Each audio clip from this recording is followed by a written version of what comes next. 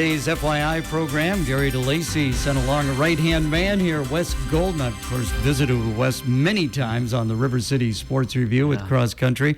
Do you miss coaching at all, Wes? Oh, I miss kids all the time. Yeah, that's the difference between the job that I'm in right now and, I get to make a great impact, but I miss being around kids. Again, the Director of Learning and Collaboration. How did that all come about for you, Wes?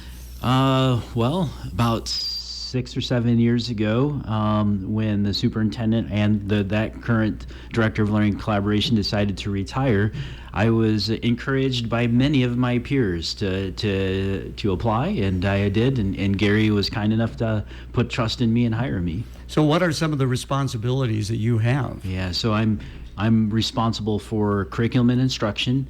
I'm also responsible for the human resources portion of almost all the certified staff, not special ed or at risk, but our teachers, administrators. I also work with the secretary. So that takes up a lot of my time, is the HR part of it. And, early in your responsibilities, of course, COVID came along. How did that play a role into what you needed to do to get these students the curriculum they need? Oh, wow. That's a great question, and quite a challenge, I think, for everyone was, how do we pivot so quickly from in-person learning to online learning, and giving students the necessary instructional strategies to do it online and get them the resources and tools that they need. We learned a lot in that process, and it was incumbent upon us to really reflect on how that process went. And there was a lot of good things that happened. We always hear about some of the negatives and the challenges, which were all true. But we learned a lot of really good and important things, and it was really important for us to still maintain many of those things. So that was an interesting time. Now, do you get an opportunity to go out to the various buildings, Wes? All the time. Okay. Yeah. I get to go into a lot of classrooms and see teachers do their amazing work and see kids do amazing things in the classrooms. I'm every week I'm in almost every building. Well, that's interesting. I would imagine you, of course, primarily taught at the high school. Right. So what's it like going into the elementary and middle school area? I believe that I've had this conversation many, many times, but my sister is an elementary school teacher. They are heroes. They are truly heroes. I was fortunate enough to sub in an elementary classroom, and it reinforced the reason why I became a high school science teacher. But those kids are so fun to be around. They have a lot of energy, but what elementary school teachers have to do every day is be a language arts teacher, a math teacher, a social studies teacher, a science teacher, a mom or a dad. They have to be a coach. They have to be a counselor. They have to be the playground and lunchroom supervisor. I didn't have all that. So they're amazing people. They are truly amazing. Again, visiting with Wes Golden. Well, let's CHS update. Yeah. Boy, it's good to drive by and see all the progress that is being made. So how's it looking on the interior? Do you get over there at all? Yeah, I've been in there several times in the last couple weeks. The third floor is essentially done. There's a few minor details. The punch list, as they call it, are being worked on. Second floor is basically in the same state. The first floor is getting closer to that. The hope is, and we've committed. I was at a construction meeting on Tuesday with our general contractor and architect, and we're committed. So February 24th is going to be the first day with students in that building. So we got about a month to go. And it's so interesting to watch the evolution of this whole construction process, because I've seen it been in there from day one. And they've done so much work in the last, 8 months. And when you go in there, although it looks like, okay, we're getting close, there's still like, oh my gosh, there's still a lot to do. It's a good thing I'm not a contractor or an architect, because I'd be, my military experience would be like, come on, let's go. But they're doing a great job. But the 24th of February is going to be our day. Interesting. Class is 72, so I was the last class that had to transfer back and forth from Washington Junior High to Clinton High School. You graduated in 1990, yep. In 1990. So now here we are in 2023. Improvement definitely was needed. Yeah. I seem to recall, and I don't know about your experience, but when I was, going through Clinton High School in the late 80s, it was like, oh, this is great. It's a big school, a lot of kids there, and you just appreciate it. I appreciated it. And, you got to be part of the transition from the newer portion too. But, and then I taught there for 20 years, and same thing. But now you go in there, and because they've done a lot of the mitigation of like floor tiles and so on, you go in there, it's like, wow, how did it get to be like this? Well, they're deconstructing a building, that in some parts are, over 100 years old, some are 50 years old, so it's been a needed thing to have a new high school. Truly, it's going to be a great opportunity for kids to get into a new facility and learn in an environment that is, more applicable to what they'll do outside of, when they graduate from Clinton High School. So it'll be neat. In my travels covering sports, covering the River Kings and Queens, you go to the various high school, and I always like the campus kind of atmosphere, and I think that's what Clinton High is trying to get to. Yep. Because the shops building is going to be gone. Your gym, of course, is going to be there. That'll be kind of the centerpiece. But you're moving a little bit more toward the east. Right, yeah, where what we used to call the Commons parking lot is where the new academic building is. After the students move in on the 24th, on March 4th, we'll have an open house for the community. It's a Saturday, so anybody in the community will have the opportunity to go in and see the new building and what it looks like and the feel that the kids will now be experiencing.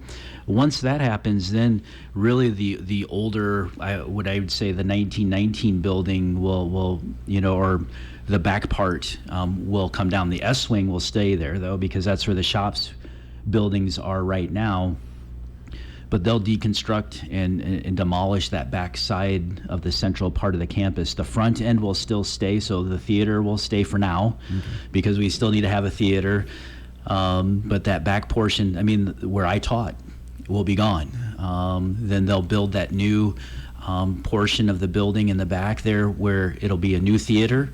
It'll be a new music kind of wing, and the new industrial technology will all kind of be together, which will be great. Because it's funny, because my children both are or have been in orchestra, and the orchestra room is at the farthest end of the shop building. And when they have a concert, well, that's in the theater. They get their steps in. So with this new addition, you'll have the music wing right next to the theater. They can literally walk across the hallway. On the other side of the theater will be the shops wing. So students could actually build the set and drag it and push it straight into the theater, where right now that's not possible. So there's going to be a lot of great efficiencies for the new addition. Once that's done, we're looking at that being done probably in August of next year. So August of 24, that will be done. Then we can actually take down the S wing, because we'll have our new shops building and a new music wing, and then the front of the current, so the theater will come down and the front of the building will come down, and they'll build a new kind of administrative counseling suite there, and then we'll be done, right? But it's going to be, it's another 2+ years to go. So it is amazing. And visiting with Wes Golden, we're going to take a break for the weather continue on today's FYI show. Brought to you by Electronics. We'll be tracking a round of some light snow and rain showers, especially late this morning into the early afternoon. Windy today, with temperatures holding steady in the upper 30s. Mostly cloudy skies tonight, and windy too will be in the upper 20s. And a little clearing late Friday, highs in the low 30s. With your Storm Track 8 forecast, I'm meteorologist Andrew Stutzky. Still some reduced visibility out there. Temperature holding 36 degrees. Our update brought to you by Electronics. Electronics Incorporated in Clinton is the area's largest communication and alarm systems company. Electronics offers best-in-class life safety, security, two-way radios, and communications equipment from top brands. Electronics, the company you've trusted for over 50 years, can now provide fire extinguisher sales, service, and inspections, plus kitchen hood inspections as well. Call or visit them online at www.electronicsinc.com for your free estimate. FYI continuing today, of course, third Thursday, we always concentrate on the schools. Gary DeLacy sent Wes Golden in today. Portrait of a Graduate, one of the talking points Yeah. that Mr. DeLacy put down. Yeah, so Portrait of the Graduate has been an initiative we've been working on for many years with community input. Our local businesses and industries have contributed. Our mayor was on the committee, and we've identified what we believe and they believe, ultimately what they believe, because most of our kids, when they graduate Clinton High School, they are going directly into the workforce. They may be going to trade school or tech school, but soon thereafter, they're in our community working. So we really wanted to hone in on what are the skills and knowledge that students need to be able to know or do so that they can best go into the workforce and be productive, contributing members of our community. And so we've taken care of that. And right now, the hard work is identifying and defining what does that look like, and ultimately how do we teach that. So when we talk about collaboration, what does it truly mean to collaborate? When we're talking about having the ability to critically think, how do we define that, and how does our community define that so we can best teach that and provide those opportunities for students to think that way or act that way so they can go into the workforce and do it. Is that kind of like the major focus of what your position is now, Wes? Yeah, absolutely. Yeah, and the funny thing is when we talk about these things, schools don't do this. They're starting to do this now, so there's not a template out there for us to really lay down on top of what we currently do and try to figure this out. So we're going into new territory.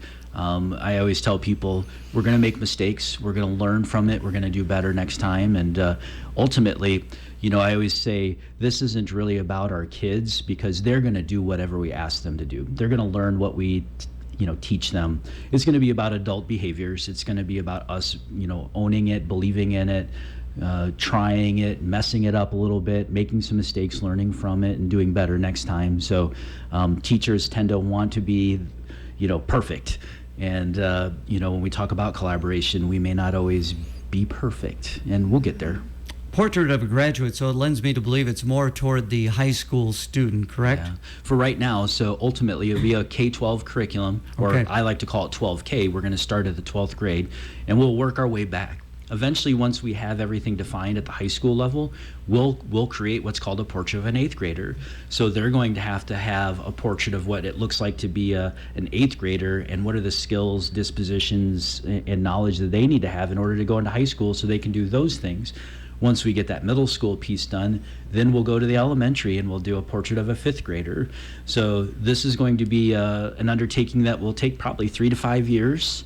It's hard work. When I sit in these meetings and we're talking about what does it look like, to be self-aware, that's one of our, our skills, our competencies.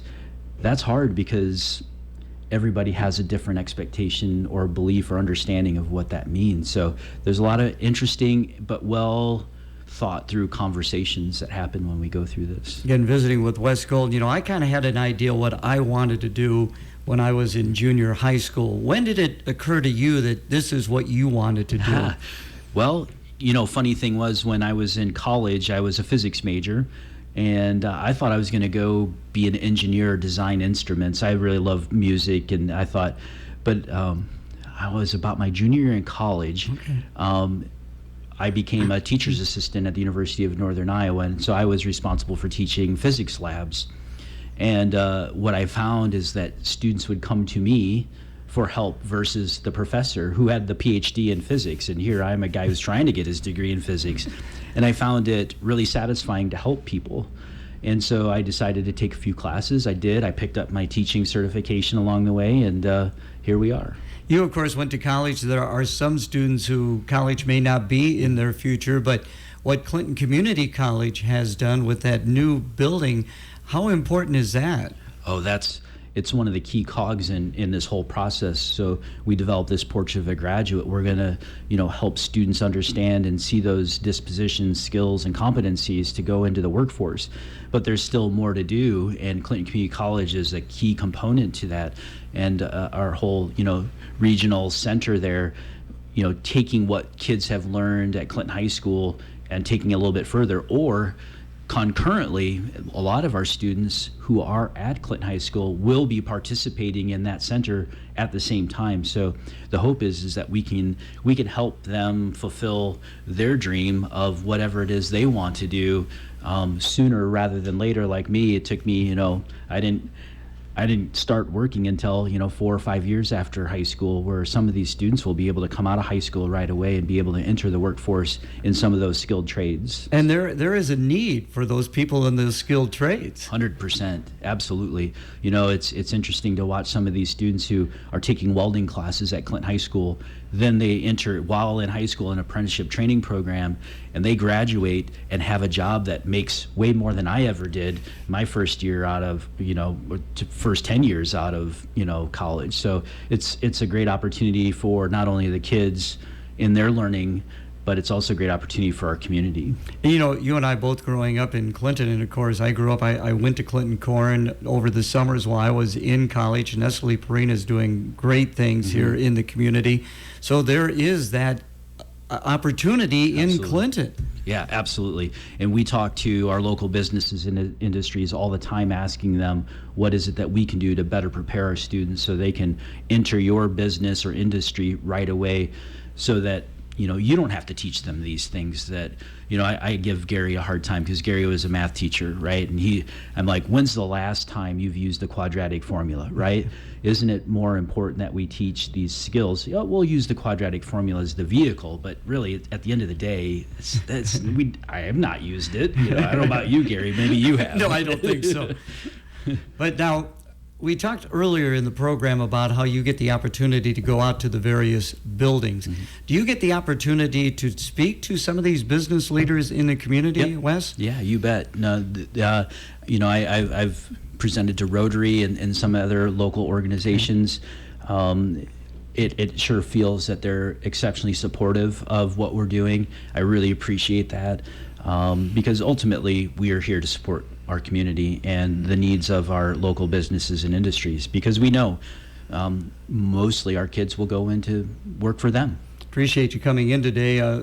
Legislative educational issues. This is something that, Gary DeLacy could probably speak to better than you and I. For sure. But what are some of the key issues right now in front of our legislators? I know there's one that's right there at the top. Yeah, and I don't want to get too political in this regard, but surely vouchers have been a big piece of conversation right now. So, for us, no one that I'm aware of in our district will ever be against competition or helping our fellow educators out. It's just we want to ensure that there's a level and equal playing field. Ultimately, that's the thing. We continuously talk about, and I think are aligned to many of our legislators, though, in regards to other things when we talk about just what we spoke about before, Portrait of a Graduate. The mental health supports are really a big key thing for us, and so on. Gary handed me this packet of information about legislative stuff. Ultimately, we're all here to do the right thing for kids, and that's what we want to do. And finally, again, thank you so much for coming in. You, of course, coached. The Iowa High School Athletic Association recently came out, Tom Keating, talking about how they're trying to level the playing field based upon the socioeconomic opportunities that students get at their particular school. Some thoughts on that, Wes? Gary and I have been talking about this for a long time, and I know he's very passionate about it as well. It's very clear. I mean, you grew up in Clinton, I grew up in Clinton, and the thing is the demographics of Clinton has changed, good or bad, doesn't matter what it is. It's just different. But we do understand, and there's a very clear connection to a student athlete's socioeconomic status and the opportunities that they have. Right. When you don't have those opportunities, you're going to be behind. So I appreciate the unions finally identifying that. I think they're starting with football to start with and classifying based on socioeconomic status. So that'll be interesting to see how that shakes out. I'm fully supportive of it. I think it's the right move. And how do we make it right so that kids can compete at equitable and equivalent levels of opportunities, because when you compete against a district or another team whose student athletes have had more opportunity, it's not necessarily a fair fight. So I'm excited about it. I think it's the right thing to do. I'd like to see how it goes this year. I'd like to see it accelerate a little bit more into the other sports as well. It's the right thing to do, so I'm excited for I think you bring up a real key word in that, and that is opportunity. I mean, some of these athletes, what their parents are able to give them, they can be on travel teams, they can go across the United States to compete against other athletes. And they do, and that's great for them. Yeah. That's great that they have that opportunity. I've had these conversations across the state, and I have many peers and friends who engage in high school athletics, be it coaching, be it as a parent, and so on, and I've not heard a person not support it. I mean, it's pretty clear. When you look at the state championships every year, it's the private schools that generally dominate the state championships. Not always, but for the most part, if you compare how many public schools, especially those of low socioeconomic status, are in the hunt for a state championship, it's quite different than those who are in more affluent districts and so on. So how do we level that playing field to, compete against athletes can compete against kids who've had the same level of opportunity and experience that they've had. So it's the right thing to do, and I'm excited for it. Very well stated. Before we go, any final comments you want to make, or do you want to head on? What's a typical day? Oh, typical day is different every day. A lot of it just depends on what fire is burning, and how can I go help support anybody who's in that fire. Obviously not a real fire, but I try to take care. I prioritize my things, but as I said earlier, a lot of my day is dealing with human resources, because we are humans and we all have needs and expectations. So I work with that. I get to work with some great teachers every day, whether they're instructional coaches or coaches for that matter, and help support them. I get to work with our principals every day and help support them in their busy days. So that's a great question. I'm going to have to go back and think about what my day normally looks like, because it's different every day. My daughter is now an instructional coach out at Solon, so it's kind of a change of direction for her the last couple of years. Instructional coaches are amazing. That's a positive that our state has done, is providing funding for teachers to become instructional coaches. I'm pretty passionate about it, because when I think about it, and it's funny trying to get other teachers to understand the role of an instructional coach, but I always use the idea that, Michael Jordan needed Phil Jackson, right? And Phil Jackson wasn't, in my humble opinion, a better basketball player than Michael Jordan. But you need that that set of eyes outside of you to kind of give you feedback and help be your cheering squad and support squad. So, even Olympic athletes have coaches, right? The world record holder is the fastest person in the world, but they still have a coach that may not be faster than them. So we have to have those conversations. This person's not necessarily better than you. They're just your partner, and how do you help you become the best version of you? Great catching up with you. Thanks so much, Wes. Yeah, thanks. Take care.